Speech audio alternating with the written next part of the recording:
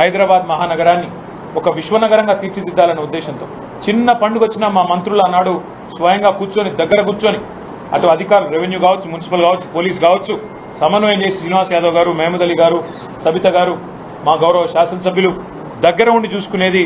చిన్నపాటి నొక్కు కూడా పడకుండా, ఎక్కడ చిన్నపాటి ఇబ్బంది కూడా కాకుండా, ట్రాఫిక్ అంతరాయం కాకుండా ఫార్ములా రేస్ కావచ్చు, లేదా ఒక గణేష్ నిమజ్జనం కావచ్చు, లేదా మొహర్రం ఊరేగింపు కావచ్చు, బోనాల పండుగ కావచ్చు, ఏదైనా కూడా శాంతియుతంగా చేసాం. చివరికి సినిమాల కోసం జరిగే ప్రీ రిలీజ్ ఈవెంట్లకు కూడా అంత జాగ్రత్తగా ఎక్కడ ఇబ్బంది లేకుండా చేసిన ఘనత మా ప్రభుత్వాన్ని. కానీ ఈరోజు ఏం జరుగుతూ ఉంది హైదరాబాద్లో మీరే చూడండి. నిన్న పాపం జూనియర్ ఎన్టీఆర్ గారి సినిమా ఆయన ఇక్కడ ఏదో రిలీజ్ ఫంక్షన్ పెట్టుకుంటే దాన్ని కూడా కనీసం నిర్వహించలేని అసమర్థత, గంట్లాంటి పరిస్థితిలోకి ఇలా ఈ నగరం వెళ్ళిపోయింది.